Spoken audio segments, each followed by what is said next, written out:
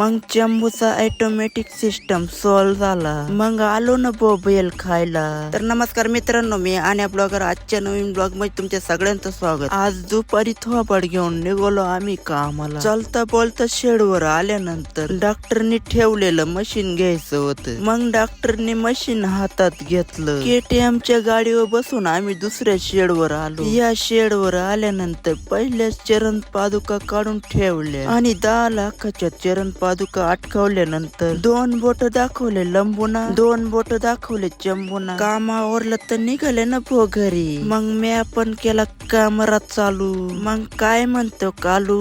मग डॉक्टरने विचारले केस विसरून आलो ना मोबाईल दुकानात. मग दुकाना पुढे आलो तो करायचं काय. मग परत केला ना कॅमेरा चालू करून 4 चौघात आलो. मग चंबू काय म्हणला. आणि ती एक ॲप चालू होतं ते ऑटोमॅटिक ती फोन आला ना ऑटोमॅटिक ती बोलत राहतं ऑटोमॅटिक.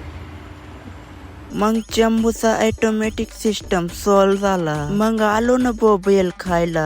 बेल खालीन लंबू काय करतो ले भो. लस्सी संपली तरी कागद खाऊ राहिला. मग दुकानात भेटली ना वाघाची मावशी. ती म्हंटली मला पण खायची भेल. मग डॉक्टरचा वाढदिवस आला का मग खाय भेल. मग दुकानदार लागला पैसे मोजायला. पैसे मोजून झाले निघाले ना भो गली. आज काय झालं काय नु या दोघायला नुसते बोट दाखवू राहिले. मग रस्त्यावर चालू होता JCB.